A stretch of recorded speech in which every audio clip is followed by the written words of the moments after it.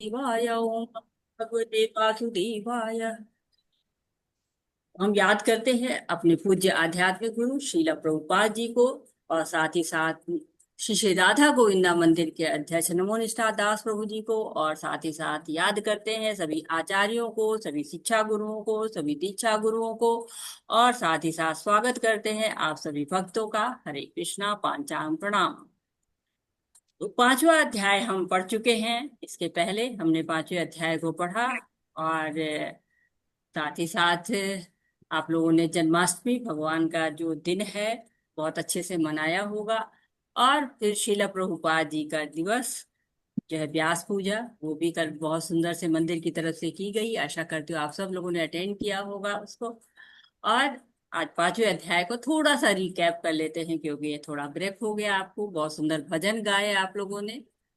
और अर्जुन का प्रश्न आया हुआ है इस पांचवें अध्याय में।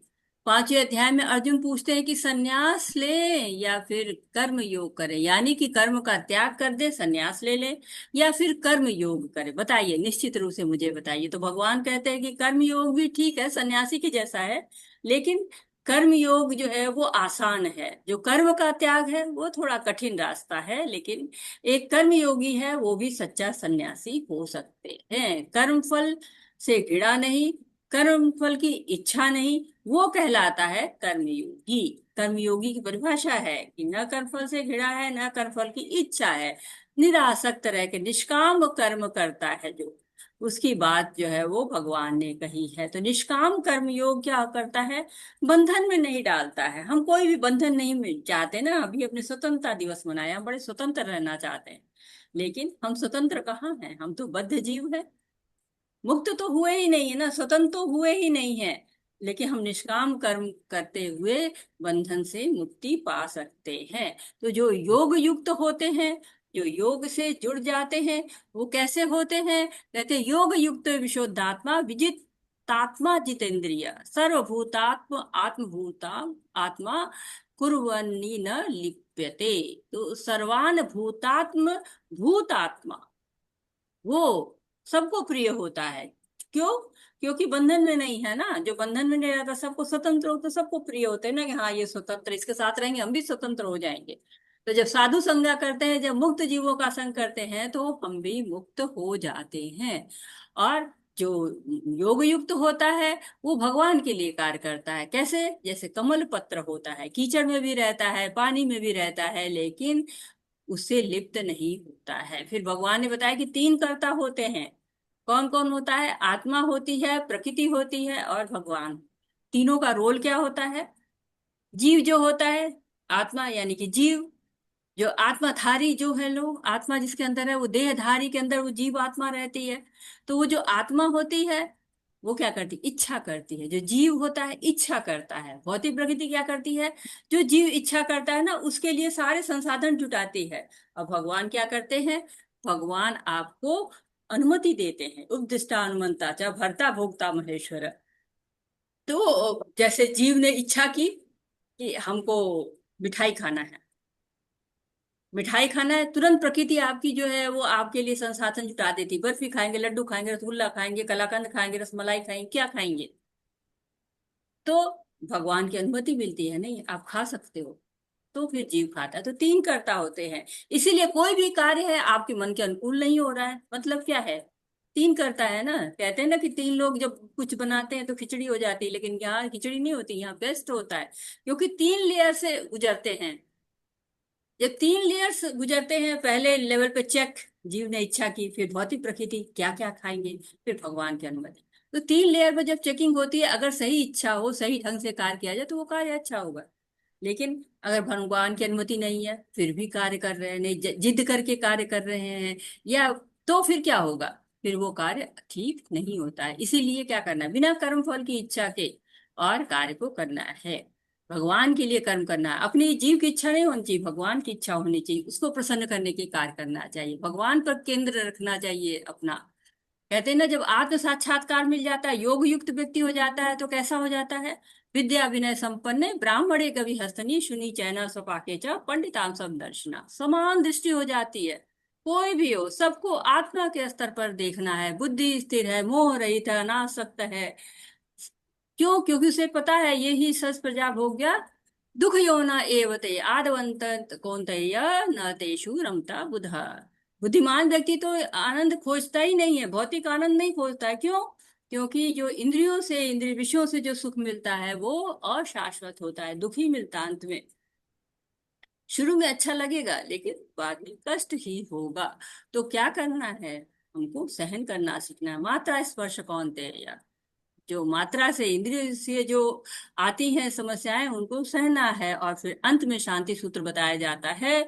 भोक्ताराम यज्ञ तपसाम सर्वलोक महेश्वरम सुहृद सर्वभूतानाम ज्ञात्वा मां शांति रिच्छति। शांति कैसे आएगी? जब भगवान को भोक्ता मान लेंगे, जब उनको सर्वलोक के महेश्वर मान लेंगे, जब सबको हितैषी मान लेंगे, तब शांति आ जाएगी। यूएन बन में संयुक्त राष्ट्र संघ बना और कहा गया कि ये शांति लाएगा, लेकिन शांति नहीं हुई ना। आज भी युद्ध चल रहा है, रूस यूक्रेन का युद्ध है, इजराइल फिलिस्तीन का युद्ध है, अभी भारत पाकिस्तान ने भी थोड़ा थोड़ा कर लिया हाथ साफ। तो ये क्या है? रोज कुछ ना कोई युद्ध की आहट मचती रहती है। उधर थाईलैंड कंबोडिया का भी हो गया। तो ये सब क्या है? शांति नहीं है। क्यों? शांति कब आएगी? जब भोक्ताराम यज्ञ तपसा सर्वलोक महेश्वर, जब ऐसे मान लेंगे तब।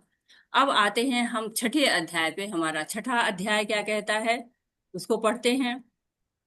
कहते, ओम श्री परमात्मने नमः।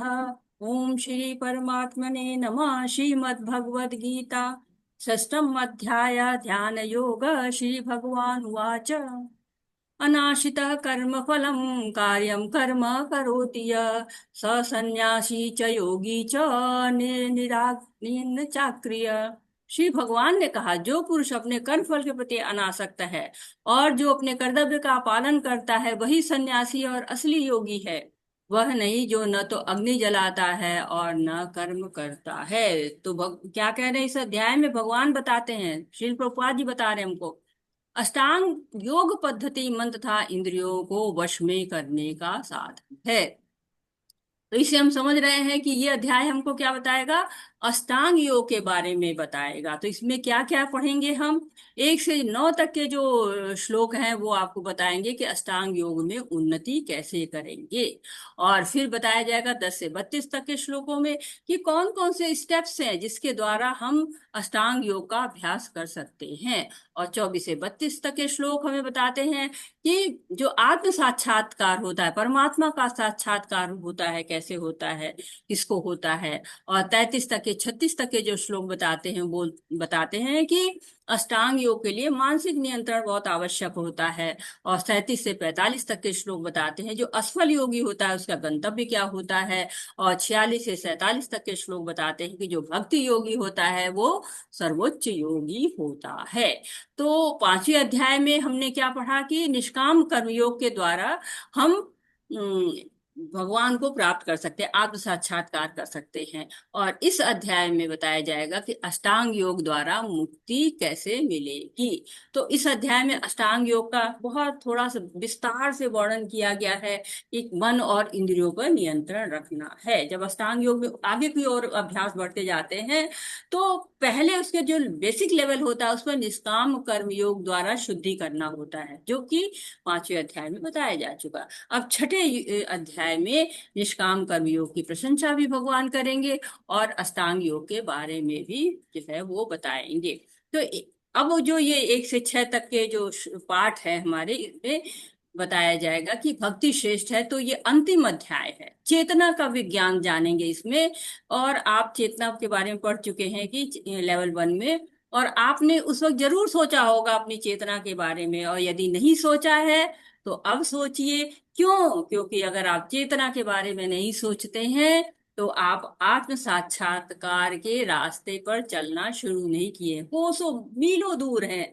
तो शुरू कर दीजिए आप अपनी चेतना के बारे में सोचना। और आप सोचिए।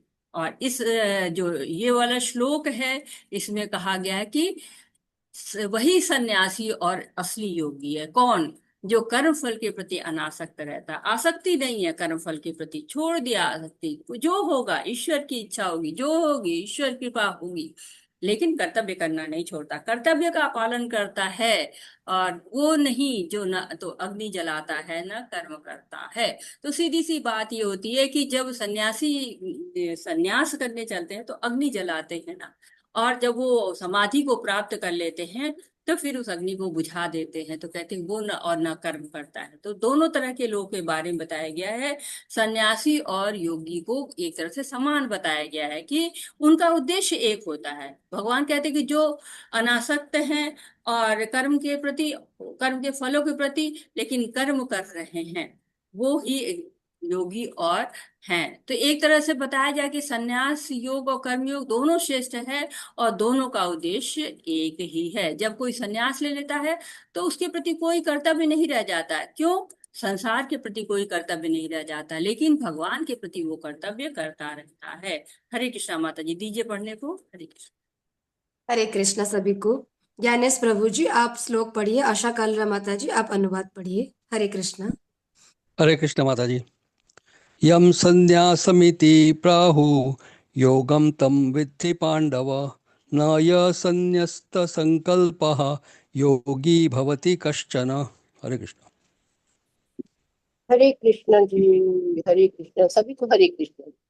हे पांडुपुत्र, जिसे संन्यास कहते हैं उसे ही तुम योग अर्थात पर ब्रह्म से युक्त होना जानो, क्योंकि इंद्रिय तृप्ति के लिए इच्छा को त्यागे बिना कोई कभी योगी नहीं हो सकता। हरे कृष्ण जी। हरे कृष्णा। तो इंद्रिय तृप्ति का भाव हमारे अंदर बहुत रहता है, हमारी बहुत सारी इच्छाएं होती हैं जिनको हम पूरा करना चाहते हैं, लेकिन आध्यात्मिक जगत में सफलता नहीं मिलेगी अगर इंद्रिय तृप्ति का भाव बना हुआ है। तो ऐसा नहीं है कि इंद्रिय तृप्ति होती नहीं है। जब भगवान की जो भक्ति करते हैं उनकी इंद्रिय तृप्ति होती है, क्योंकि वो प्रसाद हम खाते हैं, भगवान का प्रसाद खाते हैं, भगवान के लिए अच्छा अच्छा बनाते हैं, अच्छा अच्छा खाते हैं। लेकिन ऐसा नहीं है कि उनको को उसको इच्छा रखते हैं कि नहीं नहीं हमको और खाना है, मौका ढूंढते हैं। नहीं, ऐसा नहीं। जो इच्छा करता है, मौका ढूंढता है, वो योगी हो ही नहीं सकता। वो क्या हो जाएगा? भोगी हो जाएगा। पहले हम लोगों ने पढ़ा ना कि सन्यासी और वही योगी है। कौन? दोनों का उद्देश्य जिसका एक है, जो दोनों भगवान की तरफ जाना चाहते हैं, लेकिन उनकी अभिलाषा इंद्रिय तृप्ति की नहीं रहती। जब तक इंद्रिय तृप्ति की अभिलाषा रहेगी तो ना सन्यासी बन सकता है ना योगी बन सकता है। तो किसी भी आश्रम रहे, किसी भी वर्ण में रहे, भगवान के लिए कर्म करे, ये जरूरी है। तो दो विधियां जैसे हम लोगों ने वैराग्य की पढ़ी हुई है, एक फल्गु वैराग्य और युक्त वैराग्य। तो फल्गु वैराग्य नहीं करना है, युक्त वैराग करना है। हम बहुत आसक्त रहते हैं अपनी इच्छाओं से, अपनी उपाधियों से, लेकिन जो योगी रहते हैं, जो सन्यासी रहते हैं, वो इनके से लिप्त नहीं होते, उपाधियों से लिप्त नहीं होते हैं। और इस अवस्था को कैसे प्राप्त किया जाए, ये हम आगे पढ़ते हैं। हरे कृष्ण। हरे कृष्ण। आरुरुक्षोर्मुनेर्योगम कर्म कारणमुच्यते, योगारूढ़स्य तस्यैव शमः कारणमुच्यते। हरे कृष्ण। अष्टांग योग के नव साधक के लिए कर्म साधन कहलाता है, और योग सिद्ध पुरुष के लिए समस्त भौतिक कार्यकलापों का परित्याग ही साधन कहा जाता है। हरे कृष्ण। हरे कृष्णा। तो दो अवस्थाएं होती हैं जहाँ यहाँ पर जो वर्णन किया हुआ है कि जो नव साधक, तो अष्टांग योग के नव साधक जो बिगिनर्स है, जिन्होंने अभी अभी कदम रखा है इसके ऊपर, उनको क्या कहा जाता है? उनको योगा रिरिच्छु कहा जाता है। और जो लोग आगे बढ़ जाते हैं, जो सफलता की तरफ आगे बढ़ रहे हैं, उनको योगारूढ़ कहा जाता है। तो योगारूढ़ जिन्होंने योग को शुरू किया हुआ है, अभी जान रहे कैसे करेंगे और फॉलो करना शुरू किया हुआ है। लेकिन योगारूढ़ यानी कि जैसे कि आरूढ़ कहना होता है, जैसे मुश्क घोड़ा होता है, घोड़े के ऊपर लोग जम के बैठ जाते हैं और उसको साध लेते हैं। पहले बताते हैं राजा लोग के पास घोड़ा आता था तो पहले उसको साधते थे। तो जो बिल्कुल साध लिया उसको आरूढ़ कहा जाता था। तो जो योग पर पूरी तरह सध गया उसको योगारूढ़ कहा जाता है। तो जो नव साधक होते हैं वो क्या करते हैं? यम करते हैं, नियम है करते हैं, आसन करते हैं। और देखिए हम भी करते हैं, हमें भी 4 नियम बताए गए, प्रभुपाद जी ने कहा है कि। और कई लोग होते हैं जो उसको फॉलो करने में उनको बहुत मुश्किल होती है, कुछ लोग तो बड़ी आसानी से कर ले जाते हैं। लेकिन जो 4 नियम है प्रभुपाद जी ने बताए हैं। कोई बताएगा कौन कौन से 4 नियम है जो प्रभुपाद कहते हैं कि हमको करना चाहिए? हरे कृष्णा। मांस नहीं खाना, जुआ नहीं खेलना, पराई स्त्री से परगमन नहीं करना और व्यभिचारी। शराब नहीं पीना। जी बहुत अच्छा माता जी। और कोई बोलेगा? जब माता जी की आवाज बहुत धीमी है, आप लोग कोई जोर से बोल सकता है तो बोलिए। हरे हरे कृष्ण। माता कृष्ण जी मैं माता जी। जोर से बोलती हूँ, हरि बोल। हाँ बोलिए माता जी। जी। मांसाहार नहीं करना, जुआ नहीं खेलना, शराब नहीं पीना और पराई स्त्री परगमन नहीं करना। हरे कृष्ण माता जी, दंडवत हरे प्रणाम। कृष्णा। बहुत सुंदर माता जी। तो अ, ये नियम हैं आपको जो फॉलो करने होते हैं। वैसे जो अष्टांग योगी होते हैं, वो क्या करते हैं? नियंत्रण करते हैं। यम का अर्थ होता है नियंत्रण करना, और नियम का मतलब बहुत सारे नियमों का पालन करते हैं। ऐसे लोग धीरे धीरे जब योग में और स्थिर होते जाते हैं तो आरूढ़ अवस्था पे हो जाते हैं, सवार स्थिति, सिद्धस्थ स्थिति हो जाती है। तो जो 8 नियम होते हैं, किसी को याद है कौन कौन से 8 नियम होते हैं? हरे कृष्णा। किसी हरे को कृष्ण याद? माता जी। हरे जी माता। यम नियम, यम नियम, आसन, प्राणायाम, प्रत्याहार, ध्यान, धारणा, समाधि। बहुत सुंदर बात है। तो ये 8 स्तर होते हैं जिसके द्वारा योगा ऋचु से योगारूढ़ की अवस्था को प्राप्त किया जा सकता है। हरे कृष्ण। हरे कृष्ण। यदा हि नेन्द्रियार्थेषु न कर्मस्वनुषज्जते सर्वसंकल्पसन्न्यासी योगारूढस्तदोच्यते। हरे कृष्ण। जब कोई पुरुष समस्त भौतिक इच्छाओं का त्याग करके न तो इंद्रिय तृप्ति के लिए कार्य करता है और न काम कर्मों में प्रवृत्त होता है, तो वह योगारूढ़ कहलाता है। हरे कृष्ण। हरे कृष्ण। तो वो क्या करता है? इंद्रिय तृप्ति नहीं करता, कोई सकाम कर्म नहीं करता है, वर्तमान में हो चाहे भविष्य में हो, भोग की इच्छा भी नहीं कर सकता है। तो क्या करता है? भगवान की भक्ति में लगा रहता है, कोई इच्छा नहीं रहता। जो योगारूढ़ हो चुका है उसके लिए कहा जा रहा है। और कहते हैं कि जो जो योगारूढ़ है उनको इंद्रियों के नियंत्रण बहुत आवश्यक होता है। क्यों? इंद्रियों का नियंत्रण नहीं होता है ना, तो अ, उसको जो योगारूढ़ की अवस्था है वो डगमगा सकती है। इसलिए उसको इंद्रियों पर नियंत्रण करना बहुत आवश्यक होता है। कर्म योग के लिए कर्म करना भगवान के लिए, तब वो आरूढ़ हो सकता है। कर्म यदि थोड़ा सा भी, एक पॉइंट भी यदि विचलन होता है, तो कहते हैं ना कि मति घूम सकती है। आदमी की मति जो है बड़ी इधर उधर तुरंत हो जाती है, विचलित तो हो जाती है। इसलिए कहते हैं कि 100% भगवान के लिए अगर कर्म नहीं कर रहे हैं तो क्या होता है? भगवान से धीरे धीरे दूर होने के चांसेस हो जाते हैं। इसीलिए क्या करना है? इंद्रिय विषयों को ऐसा बनाना है, इंद्रियों को कि इंद्रिय विषयों की तरफ भागे ही नहीं। जैसे घोड़ा होता है ना, फ्लैप लगा देते हैं, टकबक टकबक एक तरफ करते चलता रहता है, वो इधर उधर नहीं देखता है। अगर एक फ्लैप हटा दिया जाता है ना, तो इधर उधर देखता है तो उधर की तरफ भागना शुरू होता है। उसे कोई खाने की चीज दिखी घोड़े को, इधर उधर भागना शुरू करते हैं। इसीलिए जो भक्त होते हैं, वो योगी होते हैं, वो अपने इंद्रिय विषयों की तरफ जाते ही नहीं हैं।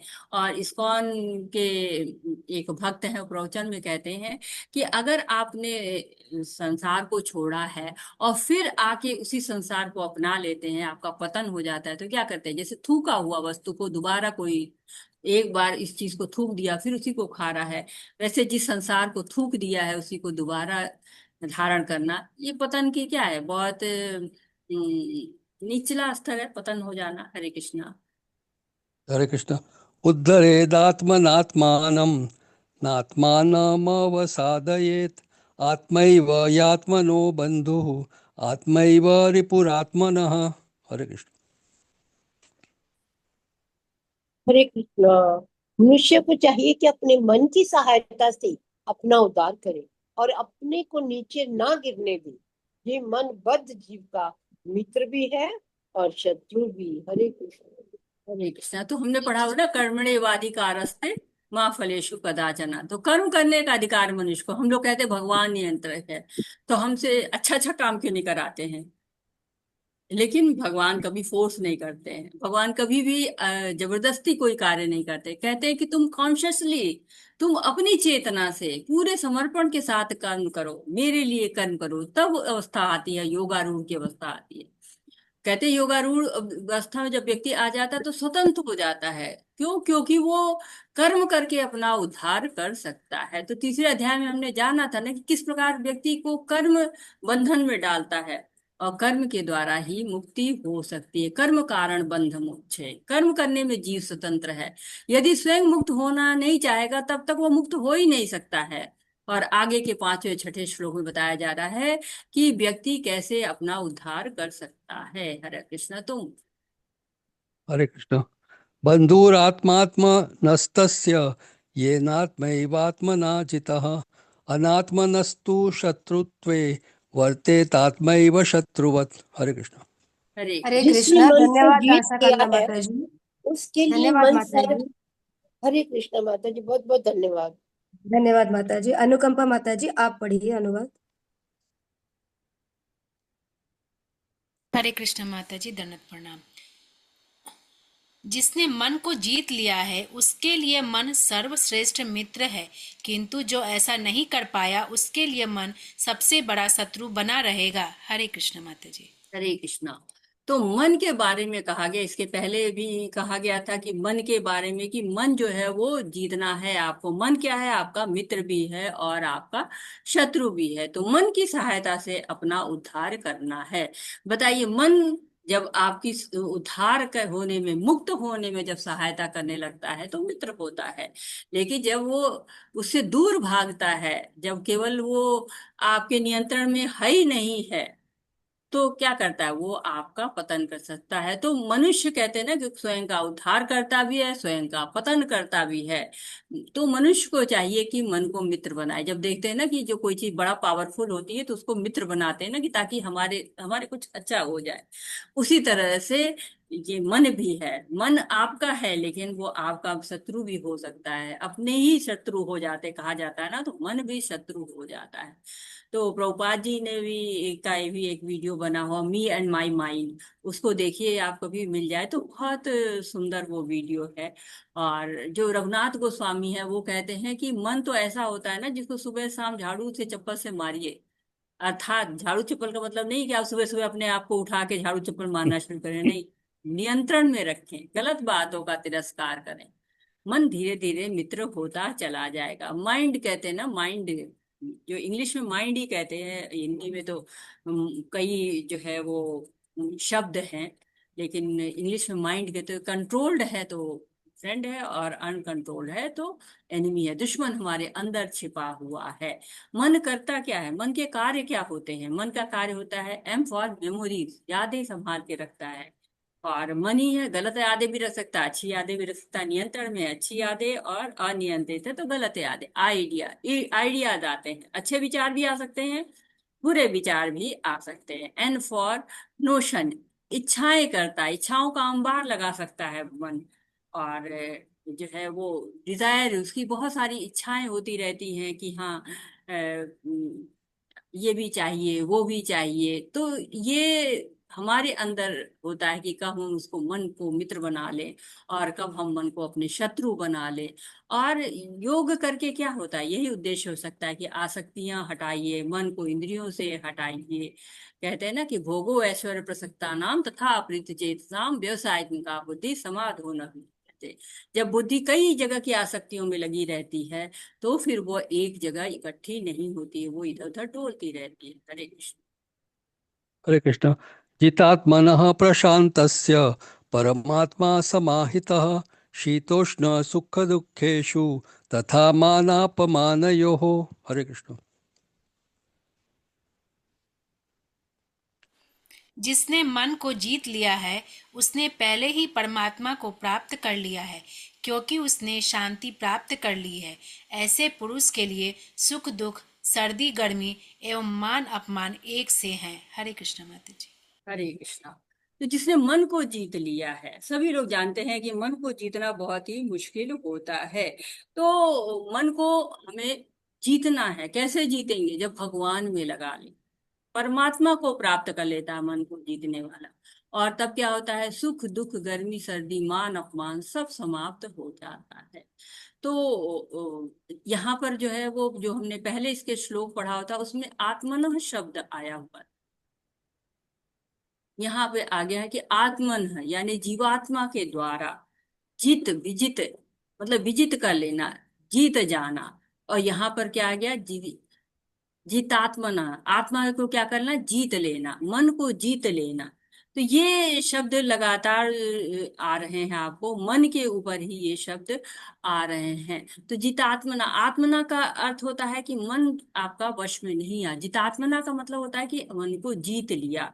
तो अनात्मना अपना पतन करता है और जितात्मना अपना उद्धार करता है। शीत ऋषु सुख दुख सुख, जो शीत से, सुख से, दुख से, सब से जो द्वंद्व होते हैं उन सब से मुक्त हो जाता है। तो आत्मा मित्र की तरह है, जिसके शरीर में मन पर आत्मा का अधिकार होता है, वो अनुकूलता प्रतिकूलता, सुख दुख, मान अपमान सबसे निर्विकार रहता है। ऐसा मनुष्य क्या होता है, कर्म योगी कहा जाता है।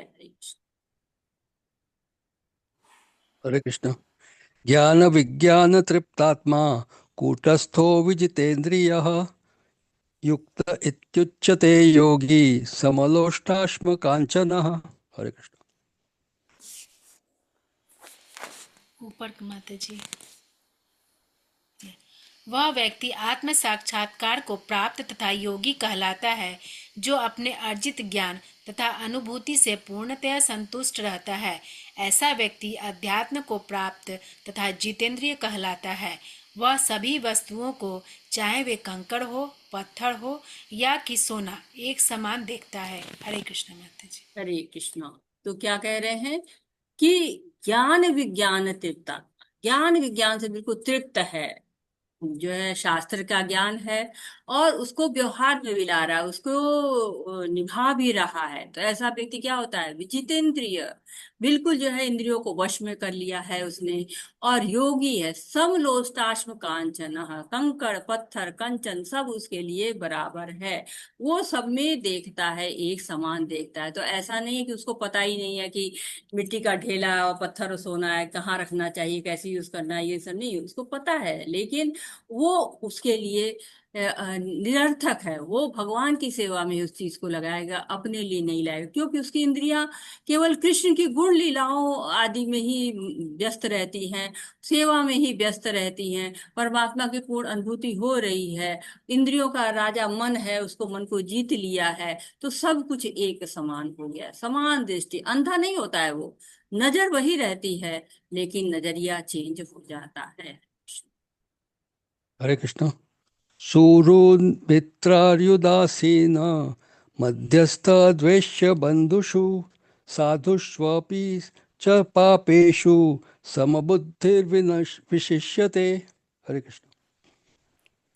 जब मनुष्य निष्कपट, हितैषियों, प्रियों, मित्रों, तटस्थों, मध्यस्थों, ईर्ष्यालुओं, शत्रुओं तथा मित्रों, पुण्य आत्माओं एवं पापियों को समान भाव से देखता है, तो वह और भी उन्नत माना जाता है। हरे कृष्ण माता जी। हरे कृष्णा। तो आप लगातार 7वें श्लोक से शुरू और 9वें श्लोक तक आप देख रहे हैं कि योगारूढ़ जो व्यक्ति होते हैं उनके लक्षण क्या होते हैं। तो हमने पढ़ा है, मन नियंत्रित है, शांत हैं, परमात्मा को प्राप्त किया है, मान अपमान सर्दी गर्मी सुख दुख से परे हैं, शास्त्रीय ज्ञान से और साक्षात्कार से संतुष्ट हैं, आध्यात्म में स्थित हैं, जितेंद्रिय हैं, आत्म साक्षात्कारी हैं, कंकड़ सोना में समदृष्टि है, सभी व्यक्तियों के प्रति समभाव है। तो ये इस तरह से बताया गया है कि कैसे कैसे लक्षण होते हैं। अब यहाँ पर बताया जा रहा है उनको कि निष्कपट हितैषी, पहले हमने देखा क्या, सोना है, चांदी है, कंकड़ है, पत्थर सोना, ये क्या है, ये एक समान, यानी कि पदार्थ में वो कह रहे हैं समभाव है, पदार्थ उसके लिए सारे पदार्थ एक जैसे हैं। अब यहाँ पर क्या है, निष्कपट हितैषी, मित्र, तटस्थ, मध्यस्थ, ईर्ष्यालु, शत्रु, मित्र, पूर्णात्मा, पापी, ये क्या है, जीव है, सब व्यक्ति हैं, मनुष्य हैं। कहते हैं इनके अंदर भी समान भाव से देखता है, तो उनमें भी समानता है, सबको आत्मा के स्तर पर देख रहे हैं, कोई उसमें किसी के प्रति विशेष आसक्ति नहीं है। हरे कृष्ण। हरे कृष्णा। योग। धन्यवाद ज्ञानेश प्रभु जी। धन्यवाद हरे अनुकंपा कृष्ण माता माता जी। जी। हरे कृष्ण। धन्यवाद प्रभु जी। धन्यवाद। अत्रे माता जी आप श्लोक पढ़िए। डॉक्टर मधु कपूर माता जी आप अनुवाद पढ़िए। हरे कृष्णा। हरे कृष्ण। योगी युञ्जित सततम् आत्मानं रहसि स्थितः एकाकी जतचित्तात्मा निराशीरा परिग्रहः। हरे कृष्ण। हरे कृष्णा। डॉक्टर मधु कपूर माता जी, आप म्यूट हैं। हरे कृष्णा माता जी, सादर प्रणाम। धन्यवाद, आपने पठन का अवसर दिया। श्लोक 40। योगी को चाहिए कि वो सदैव अपने शरीर, मन तथा आत्मा को परमेश्वर में लगाए, एकांत स्थान में रहे और बड़ी सावधानी के साथ अपने मन को वश में करे। उसे समस्त आकांक्षाओं तथा संग्रह भाव की इच्छाओं से मुक्त होना चाहिए। हरे कृष्णा। हरे कृष्णा। तो ऐसा व्यक्ति क्या होता है? उच्च अवस्था में आता है, किसी से प्रभावित नहीं होता है। जैसे कहा जा रहा है कि जो समभाव है, तो जो चोरी कर रहा है उसको तो चोर कहेंगे ना, लोग कहेंगे। और जो पुण्य आचरण कर रहा है उसकी रिस्पेक्ट करेंगे। तो समान भाव का स्तर क्या होता है कि सबको समान रूप से देखना, ये समझ जाना कि सब आत्मा के स्तर पर है, भौतिकता के स्तर पर नहीं है। उसको श्रेष्ठ संबुद्धि कहा जाता है। और यहाँ पर क्या है? यहाँ पर लोगों का वर्णन हो रहा है जिनके क्या है कि जो योगी हैं वो कैसे रहें, कैसे उनको रहना चाहिए। तो अपने शरीर को, मन को, आत्मा को भगवान में लगाना चाहिए, एकांत स्थान में रहना चाहिए और सावधानी के साथ मन को वश में करना चाहिए। संग्रह भाव नहीं रहना चाहिए, कोई इच्छाएं नहीं रहनी चाहिए। समझ तो एक तरह से वो स्वतः सिद्ध हो जाता है। कर्म योगो विशिष्यते, यहाँ पे जो है वो कर्म योग में वो विशिष्ट रूप से हो जाता है। और कहीं भी रहता है उसका मन भगवान में ही लगा रहता है, अन्य कहीं पर नहीं लगा रहता है। तो इस योगी की विशेषता बताई जाए कि उसको कैसा होना चाहिए और किस तरह से रह के वो योग में युक्त हो सकता है। हरे कृष्ण। शुचौ देशे प्रतिष्ठाप्य स्थिरमासनमात्मनः न तु चित्रन्नति नीचं शैलजीर्णकुशोत्तरम् तत्रैकाग्रं मनः कृत्वा जतो चित्तेन्द्रियक्रियः उपविश्यासने युञ्जात् योगमात्मा विशुद्धये। हरे कृष्ण। हरे कृष्णा। श्लोक 11 एंड 12। योगाभ्यास के लिए योगी एकांत स्थान में जाकर भूमि पर कुशा बिछा दे और फिर उसे मृगशाला से ढके तथा ऊपर से मुलायम वस्त्र बिछा दे। आसन न तो बहुत ऊंचा हो न बहुत नीचा, यह पवित्र स्थान में स्थित हो। योगी को चाहिए, माता जी दिख नहीं रहा मुझे, योगी को चाहिए कि इस पर दृढ़ता पूर्वक बैठ जाए और मन, इंद्रियों तथा कर्मों को वश में करते हुए तथा मन को एक बिंदु पर स्थिर करके हृदय को शुद्ध करने के लिए योगाभ्यास करे। हरे कृष्णा। हरे कृष्णा। तो करना क्या है? योग के लिए एकांत स्थान में जाएं। एक जो है योग कैसे होता है, अष्टांग योग करते कैसे हैं, ये बताया जा रहा है कि एकांत स्थान पे जाएं। एकांत स्थान आप जानते हैं बहुत मुश्किल हो गया है, आजकल युग में बहुत कठिन हो गया। इसीलिए वानप्रस्थ और संन्यास के लिए मनाही है कलयुग में। क्यों? क्योंकि कोई एकांत स्थान पवित्र नहीं रहता, जो पवित्र होता है वो एकांत नहीं रहता है। तो क्या करते हैं जो योगी होते हैं, वो कुशा घास लेते हैं। कुशा घास लिया जाता है। क्यों? क्योंकि एकांत स्थान में जाके उनको कुशा बिछा दे। कुशा को बहुत पवित्र माना जाता है और इसलिए कुशा लिया जाता है। और कहते हैं पवित्र किया जाता है, जहाँ भी रहते हैं उस स्थान को पवित्र कर दिया जाता है। कैसे पवित्र कर दिया जाता है कि ये उसको कहते हैं कि शुचि मंत्र बोल जाते हैं। ओम अपवित्रो पवित्रो वा सर्व अवस्थां गतो वा ये स्मृतम पुंडरीकाक्ष स बाहरी भयंतर शुचि। पुंडरी कांछ जहाँ होते हैं सब कुछ शुद्ध हो जाता है। पुंडरी कांछ क्या है? विष्णु जी को याद करना है, तुरंत शुद्ध हो जाता है। प्रभुपाद जी कहते हैं हरे ही नाम, हरे ही नाम, हरे ही नाम केवलम। जब भगवान का नाम कान में पड़ता है ना, सारी कल्मशता दूर हो जाती है, तो स्थिर हो जाता है फिर व्यक्ति। कैसे? तो कहते हैं कि योग में स्थिर होने का तरीका। तो एक जो है वो कठिन तरीका है, एक सरल तरीका है। ये जो कठिन तरीके की बात हो रही है, अष्टांग योग की बात हो रही है, तो कुशा बिछाते, बराह भगवान के रोम से कुशा उत्पन्न हुई थी, इसलिए बहुत पवित्र माना जाता है। और कुशा शरीर से रगड़े नहीं, और जो शरीर में कहते हैं ऊर्जा होती नीचे जमीन में न चली जाए, इसलिए मृग छाला बिछाने को कहा गया है।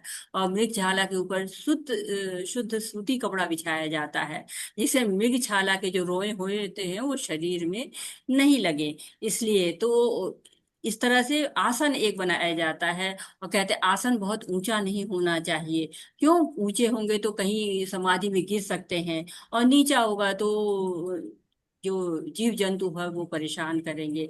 और मृगशाला इसीलिए बिछाई जाती है कि मृगशाला के ऊपर ये छोटे छोटे कीड़े मकोड़े ये नहीं चढ़ते हैं। और मृगशाला के लिए मृग को मारना नहीं है, मृग जो मरे हुए मृग होते हैं उनकी छाल ली जाती है। उस पर दृढ़ता पूर्वक बैठ के मन इंद्रियों और कर्मों को वश में करते हुए एक बिंदु पर स्थिर होना है और योगाभ्यास करना है। हरे कृष्णा।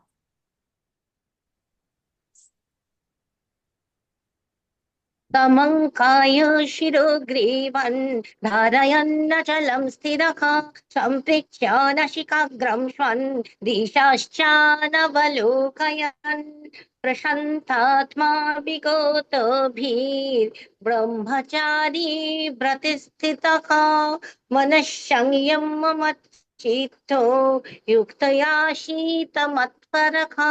हरे कृष्ण।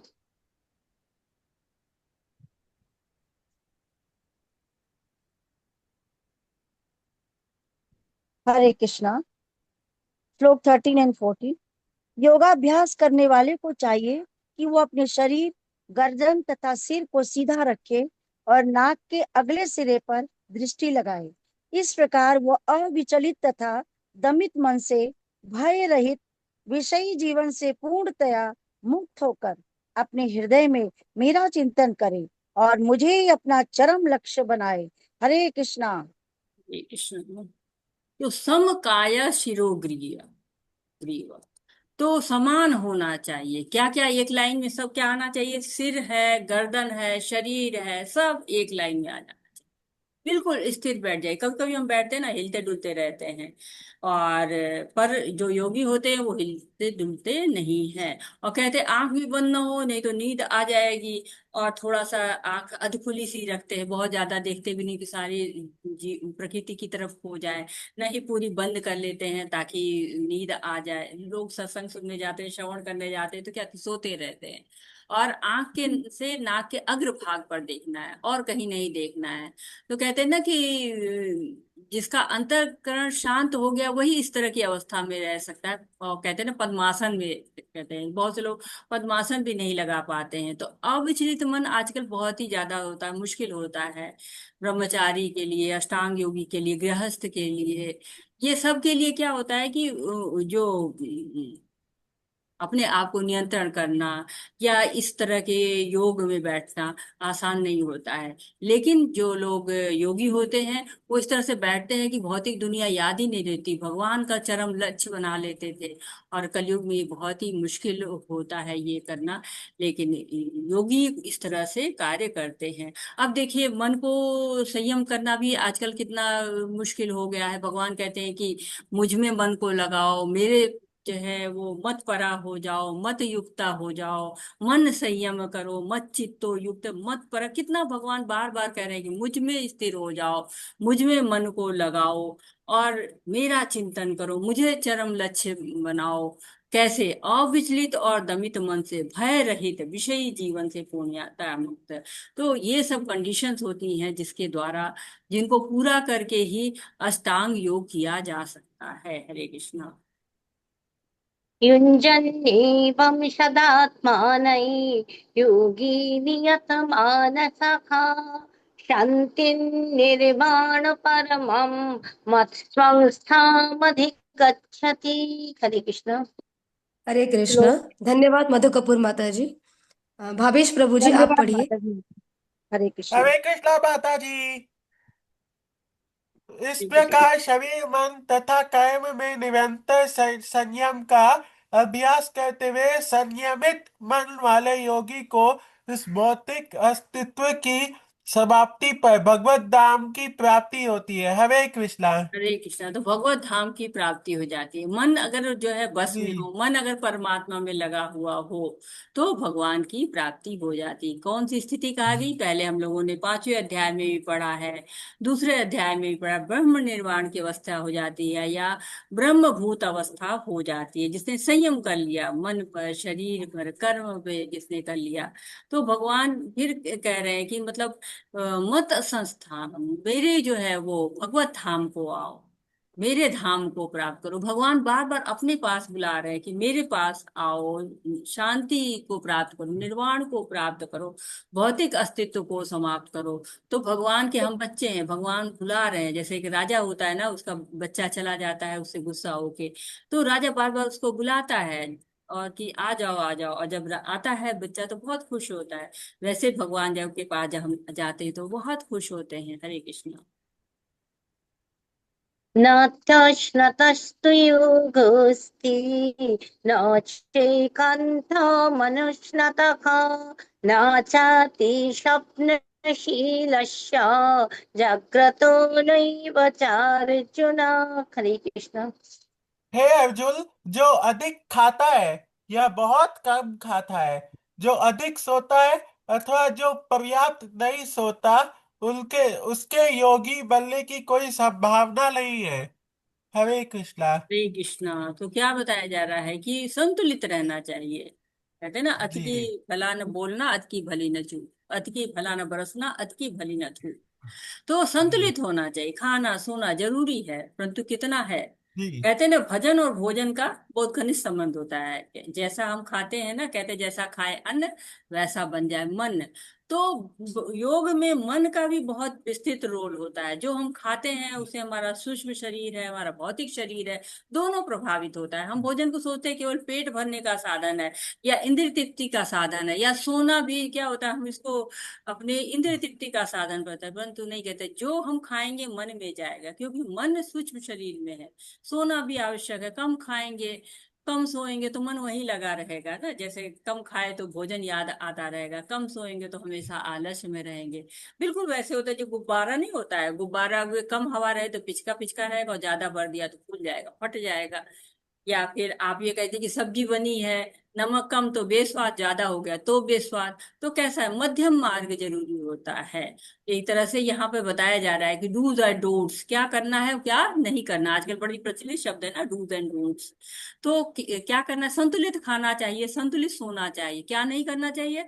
अधिक नहीं खाना चाहिए, अधिक नहीं सोना चाहिए। कहते हैं अति सर्वत्र वर्जते, अति कहीं भी नहीं करनी चाहिए। अधिक खाएंगे आलस्य रहेगा, और पूजा भजन में मन नहीं लगेगा, पेट परेशान करेगा। और भोजन नहीं खाएंगे तब भी पेट परेशान करेगा। कहते हैं भूये भूखे भजन न होए, न भजे जी गोपाला। तो गोपाल का भजन भी नहीं हो पाता है, भोग का ही चिंतन करते रहेंगे, शरीर जो शिथिल हो जाएगा, शक्ति कम हो जाएगी। तो भूखे भजन नहीं होना चाहिए। कहते हैं भूखे भजन न होए गोपाला, छूट गई है कंठी माला। तो कंठी माला भी छूट जाएगी। तो संतुलित भोजन करना चाहिए। सोने का भी वही हाल है, न सो तो आलस्य रहेगा, जगे रहो तो भी आलस्य में रहेंगे। तो एक तरह से ये श्लोक केवल योगियों के लिए नहीं है, हाँ सबके लिए उपयोगी है। जो सामान्य लोग हैं उनके लिए भी उपयोगी है। हरे कृष्णा। जी युक्ताहार विहारस्य युक्तचेष्टस्य कर्मसु युक्तस्वप्नावबोधस्य योगो भवति दुःखः। हरे कृष्ण। जो खाने सोने आमोद प्रमोद तथा काम करने की आदतों में नियमित रहता है, वह योगाभ्यास द्वारा समस्त भौतिक क्लेशों को नष्ट कर सकता है। हरे कृष्णा। हरे कृष्ण। तो नियमित रहना है खाने पीने में, आमोद प्रमोद में। तो कई लोग सोचते हैं कि जो लोग मंदिरों में रहते हैं, जो लोग भक्ति कर रहे हैं, वो उनको लिए क्या आमोद प्रमोद। हाँ ठीक है, वो आपके जी जैसे साधारण लोगों के जैसे, आप लोग तो भक्ति के रास्ते में चल गए हैं। लेकिन जो साधारण लोग होते हैं कि आज यहाँ पार्टी, आज वहाँ घूम रहे हैं, पेरिस जा रहे हैं, न्यूजीलैंड जा रहे जी हैं, ऑस्ट्रेलिया जा रहे हैं, अमेरिका जा रहे हैं, लेकिन भगवान हाँ के मंदिरों में नहीं जाएंगे। लेकिन भक्त अरे क्या करता है? भक्त भगवान के पास रहता है, गाता है, बजाता है, हरे कृष्णा मंत्र पे गाता है। और सुबह सुबह टहलते हैं लोग, जाते हैं भगवान के हरे कृष्णा धुन पे नाचते गाते अपने आंदोलन में जाते हैं, सुबह की प्रभात फेरी करते हैं भक्त। तो प्रभुपाद जी तो कहते थे हमारा आंदोलन तो बहुत ही मनोरंजक है, हम हरे कृष्णा धुन पे नाते नाचते गाते बजाते प्रसादम खाते करते हैं। तो ये योग क्या होता है? दुखों का नाश करने वाला योग कहा जाता है। आहार विहार सबको नियंत्रित करता है योग। और कोई भी बिना आहार विहार को नियंत्रित करते हुए योग नहीं बन सकता है। प्रभुपाद जी पहले प्रसाद खिलाते थे, हिप्पी लोग थे, ढेर सारा खाते थे। तो भगवान ने ओ, जो है कहा प्रभुपाद जी ने कि इतना खाओगे ना तो अ, भोगी बन जाओगे। तो प्रभुपाद जी ने कहा प्रसादम का अर्थ ये नहीं होता है कि खाते ही जाओ खाते ही जाओ। तो हर नहीं। हरे कृष्णा प्लीज म्यूट। तो कहते हैं कि खाना पीना सोना सबके लिए आवश्यक है, बेसिक नीड है। लेकिन अति करेंगे तो योगाभ्यास नहीं करे जाएंगे। तो हमें क्या सतोगुण में रहना है, आवश्यकताएं नियंत्रित होती जाएंगी। यथा योग्य खाना चाहिए, यथा योग्य सोइए, अपने काम को निर्धारित समय पे करिए। आमोद प्रमोद तो भगवान की सेवा से ज्यादा कहीं है ही नहीं है। शाश्वत आनंद है, मनोरंजन है। हरे कृष्णा की धुन इतनी प्यारी है कि मन को आत्मा को सबको तृप्त कर जाती है। हरे कृष्ण। यदा विनीयकण्ठिभ्यम् आत्मन्येवावतिष्ठते निःस्पृहः सर्वकामेभ्यो युक्तो इत्युच्यते तदा। हरे कृष्ण। जब योगी योगाभ्यास द्वारा अपने मानसिक कायकल्पों को वश में कर लेता है और आध्यात्म में स्थित हो जाता है, अर्थात समस्त भौतिक इच्छाओं से रहित हो जाता है, तब वह योग में सुस्थिर कहा जाता है। हरे कृष्णा। हरे कृष्णा। तो ये जो अवस्था है जब योगाभ्यास द्वारा मानसिक कार्यकलापों को वश में कर लेना, अध्यात्म में स्थित हो जाना, भौतिक इच्छा से रहित हो जाना, योग में स्थिर हो जाना। तो ये भागवतम में भी इसको जब नवा स्कंद पढ़ते तो वहां कहा गया पूर्ण कृष्ण भावना भावी समाधि। तो योगी की भी समाधि होती है, वो कृष्ण में लीन हो जाता है, चित्त को भगवान में लगा लेता है। और चित्त को कहते हैं कि पांच अवस्थाएं होती है चित्त की। एक अवस्था होती है मूढ़ अवस्था, दूसरी होती है क्षिप्त अवस्था, तीसरी होती है विक्षिप्त अवस्था, चौथी होती है एकाग्र, और पांचवी होती है निरुद्ध अवस्था। इसमें जो मूढ़ अवस्था और क्षिप्त अवस्था जो होती है, उसमें जो जीव होता है वो योग का अधिकारी नहीं होता है। और मूढ़ का अर्थ आप जानते हैं, मूर्ख होता है जो कि केवल भोजन के लिए ही जीता है। और क्षिप्त का अर्थ होता है कि जिसका दिमाग भटका हुआ होता है, यहाँ वहां घूमता रहता है। और विक्षिप्त होता है जिसका मन कभी भगवान में लगता है और कभी नहीं लगता है। तो ये योग का अधिकारी है, लेकिन अवस्था शुरू शुरू की जो विक्षिप्त अवस्था होती है। और जो एकाग्र की अवस्था होती है, जब चित्त की वृत्ति एकाग्र हो जाती है, एक जगह पर स्थिर हो जाती है, कहते हैं वन पॉइंट अटेंशन, केवल भगवान को छोड़ के कहीं इधर उधर नहीं, व्यवसाय में का बुद्धि हो जाती है। तब उसको क्या कहते हैं? सविकल्प समाधि कहते हैं। और जब एकाग्र चित्त के बाद जब चित्त की निरुद्धावस्था आ जाती है, तब निर्विकल्प समाधि हो जाती है। निर्विकल्प का मतलब क्या होता है? कि कोई विकल्प ही नहीं बचा है, अब केवल यही समाधि, कुछ और नहीं बचा हुआ है। तो कहते हैं कि ये भौतिक जीवन को छोड़ के जब योग की अवस्था में आते हैं तो 8 स्टेप होते हैं जिनकी हम बात लगातार कर रहे हैं। यम अपने लिए जो है वो कहते हैं कि क्या करना चाहिए और नियम क्या नहीं करना चाहिए, कुछ नियम बना लेते हैं जिसका पालन करते हैं। आसन, तरह तरह के योग मुद्राएं बना लेते हैं, जिसके कारण क्या होता है, हमें बैठने की आदत पड़ जाती है, अपनी रीढ़ को सीधी करके आसन। क्यों? क्योंकि समाधि में बहुत देर तक बैठना पड़ता है, बहुत समय तक। उसके लिए शरीर को मजबूत करते हैं आसन के द्वारा, प्राणायाम के द्वारा। और प्राणायाम तो आजकल आप बहुत ज्यादा इसका प्रचलन है। सांसों पर नियंत्रण करना, जो योगी होते हैं सांसों को नियंत्रण करते हैं। क्यों? कहते हैं कि हमको गिनती की सांसें मिली रहती हैं, और सांसों के द्वारा ही आयु का निर्धारण होता है। तो वो आयु लंबी करते हैं जिससे ज्यादा समाधि में जा सके। और शरीर में जो 5 वायु होता है, उन पांचों वायु को नियंत्रण करते रहते हैं। प्रत्याहार, इंद्रियों की क्रिया कार्यकलाप सब बंद हो जाते हैं। और धारणा, ध्यान लगाते, चित्त भटकता ही नहीं, एकाग्र हो जाते हैं और ध्यान और उच्च स्थिति आ जाती है। मन को भगवान के स्वरूप पर केंद्रित कर देते हैं और ये योगारूढ़ की अवस्था आ जाती है। और समाधि, मन बिल्कुल ध्यान में स्थित हो जाता है, उसको समाधि की अवस्था कहते हैं। तो जो यम, नियम, आसन, प्राणायाम, प्रत्याहार और धारणा, ये बिगिनर्स की अवस्था होती है। और ध्यान और समाधि ये जो है वो योगारूढ़ की अवस्था होती है। हरे कृष्णा। हरे कृष्ण। धन्यवाद अत्रेय माता जी, धन्यवाद भावेश प्रभु जी। हरे कृष्ण। माधुरी शर्मा हरे माता जी, कृष्ण। आप श्लोक पढ़िए। रूमा कृष्ण माता माता जी, जी, आप हरे अनुवाद कृष्ण। पढ़िए। हरे कृष्ण। हरे कृष्ण।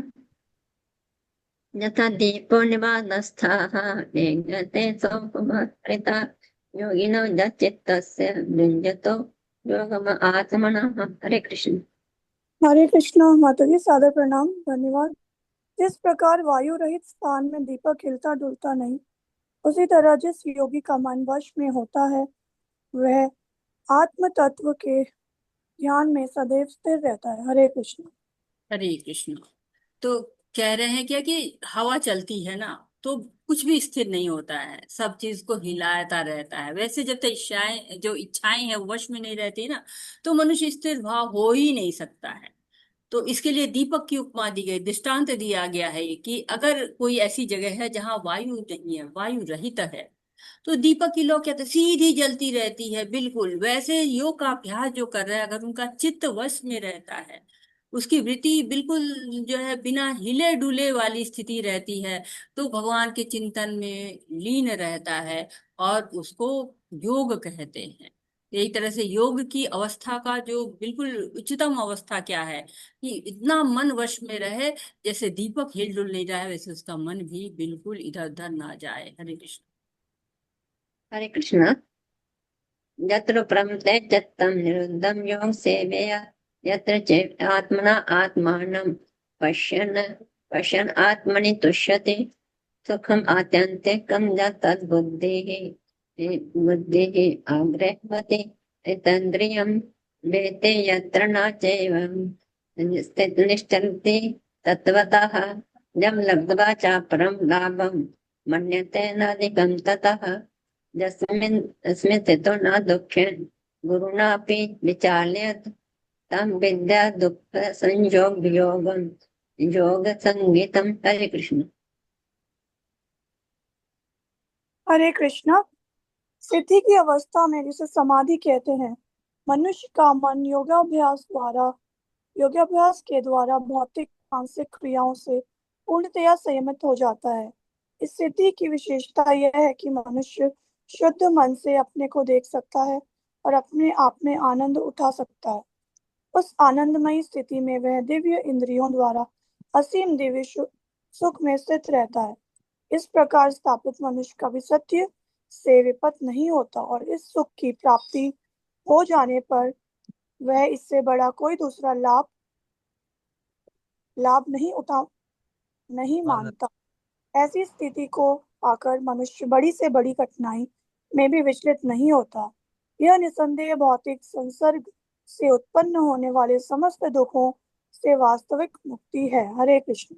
हरे कृष्ण। तो पूर्ण अवस्था है समाधि की ये, 20 से 23 तक में पूर्ण समाधि की अवस्था, हायर टेस्ट। ये जो है योग है, हायर टेस्ट मिल गया, भगवान के साथ सेवा का, प्रेम का संबंध जुड़ गया, सबसे अच्छी स्थिति इसको मानी जाती है। और इसके लगातार लक्षणों की बात की गई है कि मनुष्य का मन क्या है, संयमित है। विशेषता क्या है, अपने आप को शुद्ध मन से देख सकता है, अपने आप आत्म रमण कर सकता है, स्वयं में रमण करेगा, आनंदमयी स्थिति हो गई। इंद्रियां अब उसको दुख नहीं देती, जो इंद्रियां हमेशा इंद्रिय विषयों की तरफ भागती रहती थी, दुख देती थी, वो अब दुख नहीं दे रही है। दिव्य सुख हो गया है, सत्य से विपथ नहीं होता, सत्य पता चल गया, परम सत्य के बारे में जान गया, अब वहां से हटता ही नहीं है और कोई दूसरा लाभ नहीं मांगता। जो भगवान का लाभ, हायर टेस्ट, परम सुख मिल गया है। कठिनाई में, बड़ी से बड़ी कठिनाई में विचलित नहीं था। क्यों? अवश्य रक्षवे कृष्णा, कौन अच्छा करेगा? कृष्ण अच्छा करेंगे, क्यों विचलन है? विचलन होता है हम कर लेंगे, हम नहीं कर पा रहे हैं, हम असहाय हैं। लेकिन जब कृष्ण को अपने आप को समर्पित कर दिया, फिर क्या हो गया, वास्तविक मुक्ति मिल गई दुखों से, समस्त दुखों से, एक दो नहीं कि हाँ ये वाला शारीरिक दुख कट गया, मानसिक दुख कट गया, बहुत जो है आर्थिक दुख कट गया, नहीं, समस्त दुख कट गए और वास्तविक मुक्ति, मुक्त हो गए। ये मुक्ति की अवस्था है। हरे कृष्ण। हरे कृष्ण। स निश्चय योगव्याः योगो निर्विण्णं चेतसा संकल्प प्रभावान काम त्यक्त्वा सर्वान् शेषतः मनसे इंद्रियग्रामं विनियम्य समन्ततः। हरे कृष्ण। हरे कृष्णा। मनुष्य को चाहिए कि संकल्प तथा श्रद्धा के साथ योगाभ्यास में लगे और पथ से विचलित न हो। उसे चाहिए कि मनोधर्म से उत्पन्न समस्त इच्छाओं को निरपवाद रूप से त्याग दे और इस प्रकार मन के द्वारा सभी ओर से इंद्रियों को वश में करे। हरे कृष्ण। हरे कृष्ण। तो मनुष्य को चाहिए, क्या चाहिए? संकल्प चाहिए, श्रद्धा चाहिए, किसमें? योगाभ्यास। तो जब योगाभ्यास में आपका संकल्प निश्चित है, आपकी श्रद्धा निश्चित है, तो मन आपका अपने आप से इंद्रियां वश में हो जाती हैं। क्यों? दृढ़ अभ्यासी हो जाते हैं। कहते हैं कैसे दृढ़ अभ्यासी कैसे हो सकते हैं? इसके लिए रूप गोस्वामी जी ने कहा है, उत्साह निश्चया धैर्यात् तत्तत् कर्म प्रवर्तनात् संग त्यागा सतो वृत्ते षड विभक्ति प्रसिद्ध। मनुष्य पूर्ण हार्दिक उत्साह, जब भी भगवान के लिए कार्य के उत्साह में रहे, धैर्य रहना चाहिए, संकल्प होना चाहिए और भक्ति योग का पालन होना चाहिए। तब क्या होता है? तब निर्धारित कर्म करने से, जो कर्म शास्त्रों में लिखे हुए वो कर्म करने से, सत कार्यों में पूर्णतः लगे रहने से कर सकता, तो बस सारा कार्य हो जाता है। षड्विधि भक्ति प्रसिद्धि, छह जो है वो आपके रास्ते हैं जिनके द्वारा भक्ति प्रसिद्धि पाती, आगे को बढ़ती है। उत्साह होना चाहिए, निश्चय, धैर्य और कर्म में प्रवृत्त होना चाहिए। और संग त्यागा, जो संग, कौन सा संग त्याग करना है? जो प्रजल्पा है, ग्राम्य कथाएं हैं, उनमें रुचि नहीं होनी चाहिए, छिद्रान्वेषण में रुचि नहीं होनी चाहिए और भक्तों का साथ होना चाहिए। इसलिए एक बड़ा सुंदर सा आपको यहाँ पे जो है वो कहानी कही गई है, एक तरह से कहा गया है, उसको हम पढ़ते हैं। जहां तक संकल्प की बात है, तो संकल्प के बारे में इस कहानी को बताया गया है। मनुष्य को चाहिए उस गौरैया का आदर्श ग्रहण करे जिसके सारे अंडे समुद्र की लहरों में मग्न हो गए थे। कहते हैं कि एक गौरैया ने समुद्र तट पर अंडे दिए, किंतु विशाल समुद्र ने उन्हें अपनी लहरों में समेट ले लिया। इस पर गौरैया अत्यंत क्षुब्ध हो गई। उसने समुद्र से अंडे लौटा देने को कहा, किंतु समुद्र ने उसकी प्रार्थना पर कोई ध्यान नहीं दिया। अतः उसने समुद्र को सुखा डालने की ठान ली। वह अपनी नन्ही सी चोंच से पानी उलीचने लगी। सभी उसके इस असंभव संकल्प का उपहास करने लगे। उसके इस कार्य को सर्वत्र चर्चा चलने लगी कि अंत में भगवान विष्णु के विराट वाहन पक्षीराज गरुड़ ने यह बात सुनी। उन्हें अपनी इस नन्ही पक्षी बहन पर दया आई और वे गौरैया से मिलने आए। गरुड़ उस नन्ही गौरैया के निश्चय से बहुत प्रसन्न हुए और उन्होंने उसकी सहायता करने का वचन दिया। गरुड़ ने तुरंत समुद्र से कहा वह उसके अंडे लौटा दे, नहीं तो उसे स्वयं आगे आना पड़ेगा। इससे समुद्र भयभीत हुआ और उसने अंडे लौटा दिए। यह गौरैया गरुड़ की कृपा से सुखी हो गई। तो कितने सुंदर सुंदर प्रभुपाद जी ने आपको संस्मरण उदाहरण दिए हुए हैं। आप इन तात्पर्यों को बहुत अच्छे से पढ़िए, बार बार पढ़िए। जितनी बार पढ़ेंगे एक आपको और भी जो है नया अनुभव होगा, अवश्य होगा। हरे कृष्ण। हरे कृष्ण। स्नेह स्नेह रूपरमैत बुद्धि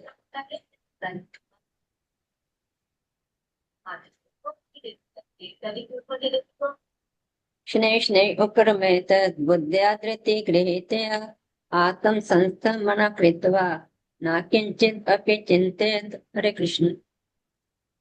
हरे कृष्ण। धीरे धीरे क्रमशः पूर्ण विश्वास पूर्वक बुद्धि के द्वारा समाधि में स्थित होना चाहिए और इस प्रकार मन को आत्मा में ही स्थित करना चाहिए तथा अन्य कुछ भी नहीं सोचना चाहिए। हरे कृष्ण। हरे कृष्णा। तो यहाँ पर किसका वर्णन हो रहा है? कि बुद्धि के द्वारा समाधि में स्थित होना चाहिए और मन को आत्मा में स्थित। मन के बारे में, एक तरह से मन के नियंत्रण के बारे में कई सारे श्लोक हम यहाँ पढ़ रहे हैं। तो मन को नियंत्रित करने के आधार पर दो तरह के लोग होते हैं। एक तो होते हैं जो नियंत्रित कर लेते हैं मन और इंद्रियों पर, उनको गो स्वामी कहा जाता है। गो का मन होता है इंद्रियां होती हैं, और जो नहीं कर पाते हैं वो गोदास होते हैं। तो वो यानी कि इंद्रियों पर नियंत्रण बहुत जो है वो करना आवश्यक होता है। और इंद्रियों को कैसे खींच के लाए, जैसे कछुआ हमने पढ़ा ना दूसरे अध्याय में, कछुए की तरह से जो है, जैसे कछुए को मारो तो सारी अपने जो इंद्रियां होती है उनको समेट लेता है, कितनी भी मारते रहिए उसमें कोई, जहां उसने देखा कि कोई विपदा आने वाली है तुरंत सबको समेट लेता है। वैसे ही जैसे इंद्रिय विषय आए वैसे ही इंद्रियों को समेट लिया जाता है। जैसे बच्चा होता है, बच्चे जो है वो आते हैं पूरे घर में दौड़ लगा रहे, इधर गिरा रहे उधर गिरा रहे, कुछ तो क्या होता है एक खिलौना दे देते, बच्चा उसी खिलौने को देखो मगन शांत हो जाता है। तो जैसे ही उससे उब जाता है फिर दौड़ने भागने लगता है, फिर उसको दूसरा खिलौना दे देते हैं। उसी तरह से मन को नियंत्रण में रखा जाता है। कैसे? महामंत्र के द्वारा, हरे कृष्णा महामंत्र के द्वारा मंत्र का उच्चारण करना चाहिए, उसको सुनना चाहिए, श्रवण करना चाहिए। तो जो मन इधर उधर भाग रहा है ना, जो दौड़ रहा है, जो काबू में नहीं आ रहा है ना, वो काबू में आ जाता है। तो अभ्यास करना पड़ता है। हरे कृष्ण। हरे कृष्णा। धन्यवाद माधुरी शर्मा माता जी। कृष्ण माता जी धन्यवाद रूमा धन्यवाद। माता जी, बहुत बहुत जी धन्यवाद। माता जी, धन्यवाद। हरे कृष्ण। अब मैं श्लोक पढ़ रही हूँ। जलेंद्र प्रताप प्रभु जी आप अनुवाद पढ़िए। हरे कृष्ण। जी माता जी धन्यवाद। यतो यतो निश्चलति मनश्चञ्चलमस्थिरं ततस्ततो नियम्येतदात् आत्मन्येवावसंनयेत्। हरे कृष्ण। हरे कृष्ण माता जी, सबको प्रणाम। मन फिर चंचलता तथा अस्थिरता के कारण जहाँ कहीं भी विचरण करता हो, मनुष्य को चाहिए कि उसे वहां से खींचे और अपने वश में लाए। हरे कृष्ण। हरे कृष्णा। तो मन को वश में लाना है। मन क्या करता है, इधर उधर भागता रहता है। मन को वश में लाना, कोई चीज होती है ना जो कि इधर उधर दौड़ रही, तो क्या करते उसको कस के बांध देते कहीं पे, हाँ ये भागने ना पाए। वैसे ही मन बहुत चंचल होता है, उसको भी भागने ना पाए उसके लिए कहीं ना कहीं जुड़ा देना है, भगवान में जुड़ा देना है, हरे कृष्ण महामंत्र में जुटा देना, भगवान की सेवा में जुटा देना, श्रवण में, ताकि वो इधर उधर ना भागे। जब इधर उधर भागेगा क्या होगा, कहीं भी ले जाके गिरा देगा। इसलिए गिरना नहीं है और भक्ति में आगे बढ़ना है। हरे कृष्णा। हरे कृष्ण। प्रशांत मनसं योनं योगिनं सुखमुत्तमम् उपैति शान्तरजसं ब्रह्मभूतम् अकल्मषम्। हरे कृष्ण।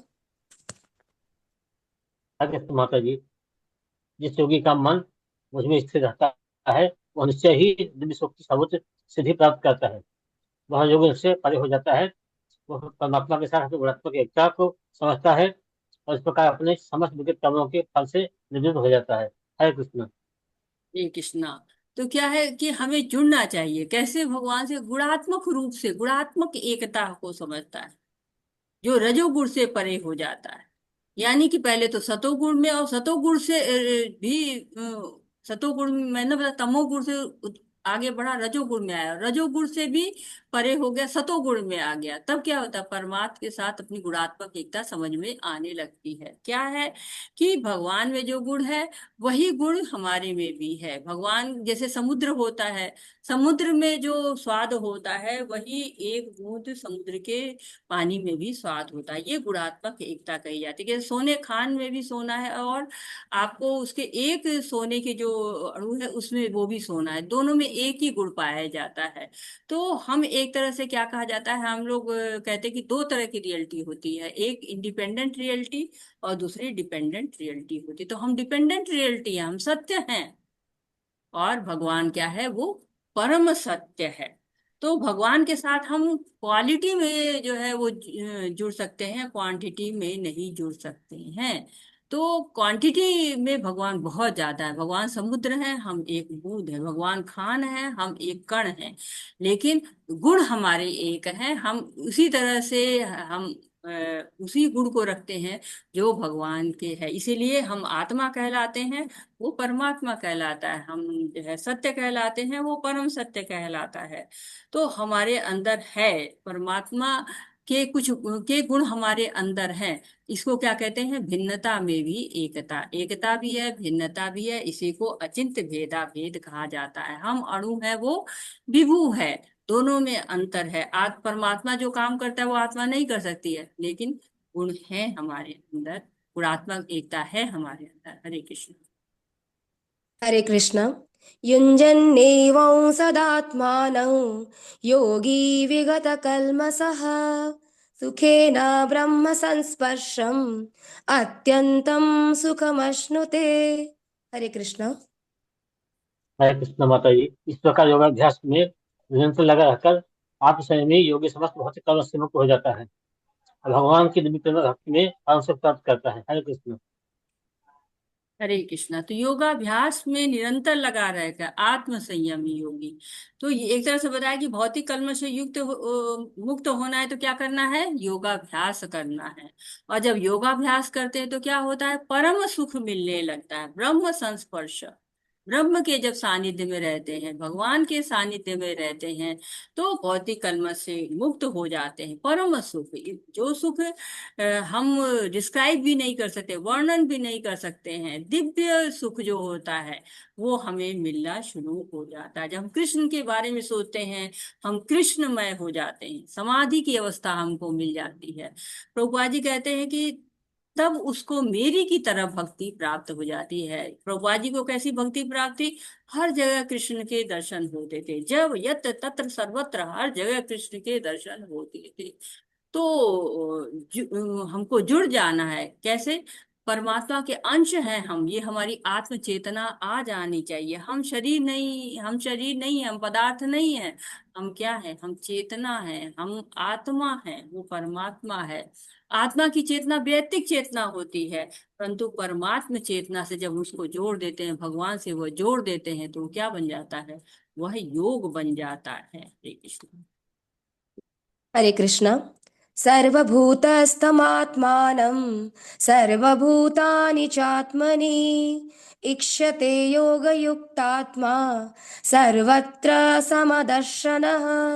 हरे कृष्ण। हरे कृष्ण माता जी। वास्तविक योगी समस्त जीवों में मुझको तथा मुझमें समस्त जीवों को देखता है। निस्संदेह स्वरूप व्यक्ति बस परमेश्वर को सर्वत्र देखता है। हरे कृष्ण। हरे कृष्णा। तो क्या है, हमारे हृदय में दो लोग रहते हैं, एक आत्मा एक परमात्मा। तो वास्तविक समस्त जीवों में मुझको, जो भी जीव है उसे परमात्मा दर्शन करता है, और मुझ में समस्त जीव, और मेरे अंदर भी क्या है, सारे जीव हैं, सब परमात्मा के अंश हैं, और परमात्मा को जोड़ के देखना है। हम जो है वो अलग अलग नहीं है, आत्मा और परमात्मा अलग भी है और नहीं है, लेकिन जब स्वरूप सिद्ध हो जाता है तो हमारा भगवान के साथ वो रिश्ता जुड़ जाता है। बस भगवान सब जगह है, हमें ये देखना है, उसकी शक्तियों को देखना है, उसके विस्तार को देखना है, उसके अवतार को देखना है, और अपने संबंध को जान के हमें उस संबंध को आगे बढ़ाना है। जब तक आत्मा परमात्मा के से नहीं जुड़ेगी, श्रेष्ठ सुख मिलने वाला नहीं है। ये बात क्या पत्थर की लकीर है।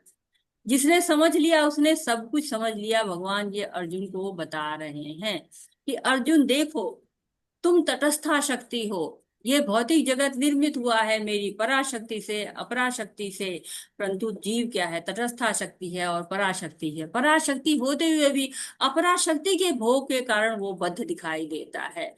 तो शरीर कब दास्ता में जो है शरीर, यानी जीव कब दास्ता में चला जाता है, जबकि वो भगवान से दूर हो जाता है। जब जो स्वरूप सिद्ध होता है, वो हर जगह परमेश्वर को देखता है। हरे कृष्ण। हरे कृष्ण। यो मां पश्यति सर्वत्र सर्वं च मयि पश्यति तस्याहं न प्रणश्यामि स च मे न प्रणश्यति। हरे कृष्णा। धन्यवाद जलेंद्र प्रभु जी। उषा पारेख माता जी, आप पढ़िए धन्यवाद अनुवाद। माता जी, धन्यवाद। हरे कृष्ण माता जी। हरे कृष्ण सभी को। जो मुझे सर्वत्र देखता है, जो मुझे सर्वत्र देखता है और सब कुछ मुझ में देखता है, उसके लिए न तो मैं कभी अदृश्य होता हूँ और न वह मेरे लिए अदृश्य होता है। हरे कृष्णा। हरे कृष्णा। तो क्या योमा पश्यति सर्वत्र, कहाँ देखना है, सर्वत्र, हर जगह मैं हूँ, भगवान कह रहे हैं। तो संसार में इतनी विविधताएं हैं, सब तरफ देखिए, दिखे भगवान। क्या दिखे, भगवान की शक्तियां दिखे, भगवान की व्यापकता दिखे। तो जो जीवात्मा परम योगी हो जाता है उसको सर्वत्र कृष्ण के दर्शन होते हैं। कहते हैं ना कि तो सब जगह भगवान, जिधर देखता हूँ उधर तू ही तू है, तेरी ही महिमा है। तो किसमें, मैटर में भी, पदार्थ में भी भगवान है, स्पिरिट आत्मा में भी भगवान है। लेकिन अब भक्तों को भगवान नहीं दिखाई देते, भक्तों को भगवान दिखाई देते। प्रहलाद जी से पूछते हैं ना उसके पिता कि क्या तेरा भगवान कहाँ है, कह रहे सर्वत्र, सभी जगह है। क्या खंबे में भी है, क्या? हाँ। तो खंबा क्या था, पदार्थ था, लेकिन पदार्थ में भी भगवान मिल गए। और हर जीव में भी भगवान है, क्योंकि हर जीव के अंदर भगवान का अंश है, पराशक्ति है भगवान की आत्मा। और लेकिन भगवान से प्रेम कब जागृत होगा, जब हम सेवा करेंगे, सेवा करते हैं तब हमारा प्रेम जागृत होता है ना। एक बहू आती है घर में, नई नई शादी होती है, प्रभुपाद जी कहते हैं कि जब बहू आती है बड़ा उल्लास होता है, सबके अंदर उल्लास बहुत होता है, लेकिन प्रेम अभी नहीं होता। प्रेम कब होता है, जब सेवा करती है, धीरे धीरे सास की, ससुर की, नंद की, पति की, सबकी सेवा करती है, तो क्या होता है, प्रेम जागृत होता है। अगर घर में हम पेट भी लाते हैं, उस पेट को भी सेवा करते तो उससे प्रेम हो जाता है। तो ये नियम है, लॉ है नियम का, सेवा करेंगे प्रेम जागृत होगा। भगवान की सेवा करेंगे, भगवान में प्रेम जागृत होने लगेगा। जो अर्च विग्रह हैं उनमें देखिए ना, बात करते, प्रभुपाद जी बात करते थे, कितने भक्त हैं जो भगवान की बातें करते हैं, भगवान की उपस्थिति उस अर्च विग्रह में महसूस करते हैं। तो ये स्थिति क्या होती है, योगी की होती है। हरे कृष्ण। हरे कृष्ण। सर्वभूतस्थितै यो मां भजत्येकत्वमास्थितः सर्वथा वर्तमानोऽपि स योगी मयि वर्तते। हरे कृष्ण। जो योगी मुझे तथा परमात्मा को अभिन्न जानते हुए परमात्मा की भक्ति पूर्वक सेवा करता है, वह हर प्रकार से मुझ में सदैव स्थित रहता है। हरे कृष्णा। हरे कृष्ण। तो कृष्ण और परमात्मा दोनों क्या है, समान है। अब तक तो हम, कई लोग कहते हैं कि कृष्ण अलग है, परमात्मा अलग है, लेकिन भगवान बता रहे हैं कि जो परमात्मा रूपी हृदय में देख रहे हैं आप, वो भी मुझसे अलग नहीं है। तो भगवान कहते हैं ना, परम सत्य के तीन अवस्थाएं होती हैं, ब्रह्म, परमात्मा और भगवान। तो परमात्मा पर ध्यान, जो योगी होते हैं वो परमात्मा पर ध्यान लगाते हैं और जानते हैं कि भगवान और जो परमात्मा है वो अलग अलग नहीं है। ऐसे लोग क्या होते हैं, भक्ति पूर्वक सेवा करते हैं, मुझ में स्थिर होते हैं, मुझसे दूर नहीं जाते हैं। तो कहते हैं कि जिस तरह से सूर्य होता है ना, सभी जगह उपस्थित रहता है। अब अगर आप चार बर्तन रखते हैं और चारों में पानी डाल दे तो सब में सूर्य दिखाई देगा, जबकि सूर्य क्या है, एक है। वैसे ही रहता कहाँ है, सूर्य लोक में रहता है, वैसे भगवान गोलोक धाम में रहते हैं। लेकिन सभी जगह जो है वो उनकी उपस्थिति हमको दिखाई पड़ती है। तो अर्च विग्रह करने हम दर्शन करने जाते हैं जब भगवान के, तो क्या होता है, हमें भगवान लगता है कि मेरे सामने भगवान बैठे हुए हैं, कि भगवान गोलोक धाम में रहते हैं, लेकिन अर्च विग्रह के रूप में हमारे लिए आए हुए हैं। कलयुग में उन्होंने आया हुआ है, यहाँ पर हमारे लिए अर्च विग्रह बन के आए हैं। वे जो है वो सुख प्रदान करने के लिए, अपने आप को प्रकट करने के लिए। और साथ ही साथ कलयुग में तो नाम में भी स्फुटित है ना भगवान। जब नाम लेते हैं, नाम जपते हैं, तो भगवान के नाम जपते ही रूप, गुण, लीला सब जो है वो हमको दिखाई पड़ना शुरू हो जाता है। तो जब हम भगवान के अर्च विग्रह को देखते हैं, तब भी हमें उनके नाम, रूप, गुण, लीला, उनके ऐश्वर्य के दर्शन होने लगते हैं। जब नाम लेते हैं तब भी हमें सब दर्शन होने लगते हैं। तो हमें भगवान से योग करना है, युक्त हो जाना है। हरे कृष्ण। आत्मौपम्येन सर्वत्र समं पश्यति यो अर्जुन सुखं वा यदि वा दुःखं स योगी परमो मतः। हरे कृष्ण। हे अर्जुन, वह पूर्ण योगी है जो अपनी तुलना से समस्त प्राणियों की उनके सुखों और तथा दुखों में वास्तविक समानता का दर्शन करता है। हरे कृष्णा। हरे कृष्ण। तो आत्मो ज्ञेन सर्वत्र, सर्वत्र सब जगह जो है वो दिखाई पड़ते हैं। कह रहे हैं कि देखो, मैं हर जगह दिखाई पड़ता हूँ, समान रूप से दिखाई देता हूँ, समस्त प्राणियों में दिखाई देता हूँ। तो जो योगी होते हैं वो समझ जाते हैं कि हाँ, वो अपने व्यक्तिगत अनुभव से प्रत्येक प्राणी के सुख तथा दुख से अनुभव होता है, अवगत होता है। जीव के दुख का कारण ईश्वर से अपने संबंध का विस्मरण होना है। तो सुख कब होता है, जब हम भगवान से जुड़ जाते नो हैं। Attendance read out. Hare Krishna, mute हो जाए प्लीज। तो भगवान को जब देखने लगते हैं, हर जगह देखने लगते हैं, भगवान से जुड़ने लगते हैं, जय पराजय, सुख दुख, सब में जो है वो भगवान के दर्शन करने लगते हैं, सदैव भगवान में ही स्थिर होते लगते हैं, तो ये क्या है? ये परम योगी हैं। ये लोग साधारण योगी नहीं है, पूर्ण योगी हैं, परम योगी हैं। जब वास्तविक समानता आ जाती है, किसमें? जीव में, पदार्थ में, द्वंद में, सबका समान रूप से दर्शन होने लगता है, तब वो अवस्था पूर्ण योगी की आती है। हरे कृष्ण। हरे कृष्ण। अर्जुन उवाच योऽयं योगस्तया प्रोक्तः साम्येन मधुसूदन एतस्याहं न पश्यामि चञ्चलत्वा स्थितिं स्थिराम्। हरे कृष्ण। अर्जुन ने कहा, हे मधुसूदन, आपने जिस योग पद्धति का संक्षेप में वर्णन किया है वह मेरे लिए अव्यावहारिक तथा असहनीय है, क्योंकि मन चंचल तथा अस्थिर है। हरे कृष्णा। हरे कृष्णा। तो जो अर्जुन है वो कह रहे हैं, सोचिए, अर्जुन भक्त हैं, बहुत बड़े योद्धा हैं, भगवान के साथ हमेशा नर के रूप में रहते, नर और नारायण में नर के रूप में हमेशा अर्जुन रहते हैं। वो कह रहे हैं, तो ऐसा नहीं कि वो अपने लिए कह रहे हैं कि ये अव्यवहारिक है, असहनीय है, नहीं। कितने समय तो उन्होंने केवल जंगलों में ही काट दिए थे, कितना कितना स्वनियंत्रण उनका था। इसके बाद भी वो कह रहे हैं मन चंचल और अस्थिर है। हमारे लिए कह रहे हैं कि ये जो योग पद्धति आपने बताई है ना, बड़ी कठिन है, अव्यवहारिक है, व्यवहार में ही नहीं ला सकते, असहनीय, सहन ही करने लायक नहीं। कारण एकमात्र मन। मन के ऊपर कितना फोकस दिया कि मन की चंचलता अगर है, मन अस्थिर है, तो अष्टांग योग हो ही नहीं सकता है। कहते हैं मन चंचल है, हठीला है, बलवान है, उच्छृंखल है, पागल है, हठीला है, जिद्दी है, जंजीर में बांध दो तो भी वो छुड़ा के चल देगा। मन तो बिल्कुल ही, आपको कहते हैं यहाँ बैठे आप कहाँ गोलोक धाम और पाताल लोक, किसी का भी जो है वो कर सकता है कि यहाँ भ्रमण करके आ सकता है। और 5,000 साल पहले न टीवी, न फेसबुक, न व्हाट्सएप, न इंस्टाग्राम, और न जाने मेटा और चैट जीपीटी और क्या क्या है, सब कुछ भी नहीं था। तब अर्जुन कह रहे हैं कि ये बहुत मुश्किल है मन को वश में करना। तो समझिए आज के दिन में कितना विचलन है, जन विचलन ही विचलन है। लेकिन कहते हैं विशेषता है मन की कि चंचल है, प्रमाथी, जिद्दी, हठीला, बलवान, उच्छृंखल, जो मना करो वही करेगा। और बलवान भी इतना है कि अपनी करवा के छोड़ता है।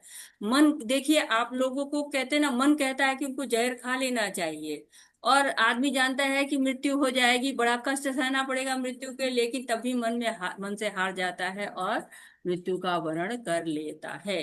तो ये क्या है? इसीलिए कहते हैं मन के हारे हार है, मन के जीते जीत है। कितना भी बुद्धिमान हो मन से हार जाता है। और देखिए कितना मन है कि कहेंगे नहीं, सवेरे उठेंगे, आरती कर लेंगे, थोड़ा सा और भगवत गीता भागवतम पढ़ लेंगे, मन करता है नहीं, सो जाओ, सो जाओ, नहीं, मूवी देख आएंगे, शास्त्र बाद में पढ़ लेंगे। लेकिन क्या है, जब लगाम खींचते हैं ना, घोड़ा रुक जाता है, कोई चारा उसका नहीं होता है, उसको जो है घोड़े को रुकना ही पड़ता है। वैसे इंद्रियां मन के नियंत्रण में है और मन बुद्धि के नियंत्रण में है। यदि बुद्धि मारी जाएगी तो मन नहीं मानेगा, तो बुद्धि को एकदम कंट्रोल में रखना है। अर्जुन अपनी स्थिति बता रहे हैं, और भगवान क्या कहते हैं? क्या भगवान ये कहेंगे कि अरे अर्जुन तुम बिल्कुल बेकार हो, क्यों नहीं कर सकते हो, मन को स्थिर करो, मन को चंचल है तो तुम्हारे कंट्रोल में लाओ। लेकिन भगवान क्या कहते हैं ये भी तो हमें देखना ही पड़ेगा। हरे कृष्णा। हरे कृष्ण। चञ्चलं हि मनः कृष्ण प्रमाथि बलवदृढं तस्याहं निग्रहं मन्ये वायुरिव सुदुष्करम्। हरे कृष्ण। धन्यवाद उषा पारेख माता जी। इंदिरा धनकर माता धन्यवाद जी, आप माता जी। अनुवाद पढ़िए। धन्यवाद। हरे कृष्णा। हे कृष्ण, क्योंकि मन चंचल अर्थात अस्थिर, उच्छृंखल, हठीला तथा अत्यंत बलवान है, अतः मुझे इसे वश में करना वायु को वश में करने से भी अधिक कठिन लगता है। हरे कृष्णा। हरे कृष्ण। तो वायु को वश में कर सकते हो, सचमुच वायु को, आजकल ऑक्सीजन, नाइट्रोजन और ना जाने किसके सब वायु के जो है प्लांट मिलते रहते हैं आपको, है ना, गैस, जो हम लोग गैस जलाते हैं वो भी तो वायु ही है। तो क्या है, हमने वायु को वश में कर लिया है, लेकिन मन को वश में करने के आज तक अभी तक कोई साधन बना नहीं हुआ। केवल शास्त्रों में लिखा है कि मन को कैसे वश में करें। सबे मन कृष्ण पदार बिंदु। मनुष्य को कहाँ क्या करना चाहिए? मन को पूर्णतया कृष्ण में लगाना चाहिए। और कृष्ण क्या कहते हैं? हरे कृष्णा। हरे कृष्ण। श्रीभगवानुवाच असंशयं महाबाहो मनो दुर्निग्रहं चलम् अभ्यासेन तु कौन्तेय वैराग्येण च गृह्यते। हरे कृष्ण। हरे कृष्णा। भगवान श्री कृष्ण ने कहा, हे महाबाहु कुंती पुत्र, निसंदेह चंचल मन को वश में करना अत्यंत कठिन है, किंतु उपयुक्त अभ्यास द्वारा तथा विरक्ति द्वारा ऐसा संभव है। हरे कृष्णा। हरे कृष्णा। तो भगवत गीता की एक विशेषता है, अगर आप मार्क कर रहे होंगे क्योंकि आप लोगों ने पूरा पढ़ा हुआ है एक बार, तो कि पहली लाइन आपको समस्या बताती है और दूसरी लाइन आपको उसका निदान बात, समस्या का समाधान बताती है। यहाँ से भी कहा गया असंशयम महाबाहो, संशय नहीं महाबाहो। अर्जुन जैसे संशय नहीं, मन क्या है? मनो दुर्निग्रह चलम, बहुत जो है वो दमन करना कठिन है, बहुत जो है हठी है, एक तरह से बलिष्ठ है ये। और और तब भी कह रहे हैं महाबाहो, तो मतलब महाबाहो तुम भी बलिष्ठ हो, लेकिन देखो क्या है, तुम कह रहे हो कि नहीं कर पाएंगे, ये क्या है कि इतना बलिष्ठ है ये। अभ्यास कौन्तेय, आ गया समस्या का समाधान। लेकिन अभ्यास करो कौन्तेय, वैराग्य से इसको वश में लाया जा सकता है। तो वश में लाने का तरीका ही बता दिया।